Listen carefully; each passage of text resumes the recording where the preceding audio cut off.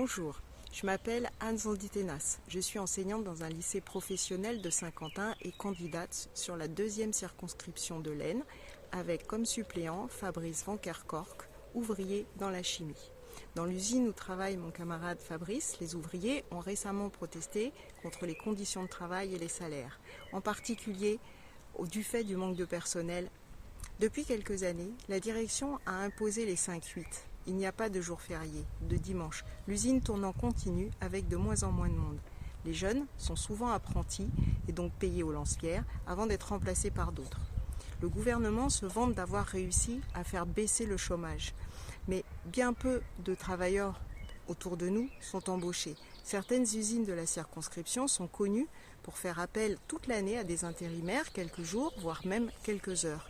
Mais finalement, les travailleurs qui nous entourent trouvent des heures de travail, mais très peu obtiennent un contrat fixe.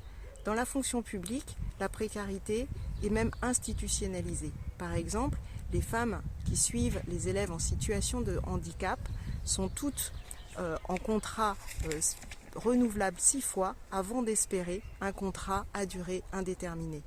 Nous constatons que les patrons, comme l'État, ne veulent pas embaucher autrement que sous forme précaire. Pour les premiers, il s'agit de payer le moins possible de salariés. Pour les seconds, de faire des économies pour assouvir la soif de profit des grands patrons.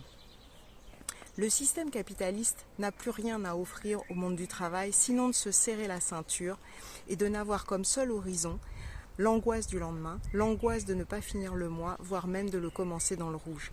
Et puis, il y a l'angoisse que la crise économique et écologique ne débouche sur une guerre généralisée où la population sera en première ligne.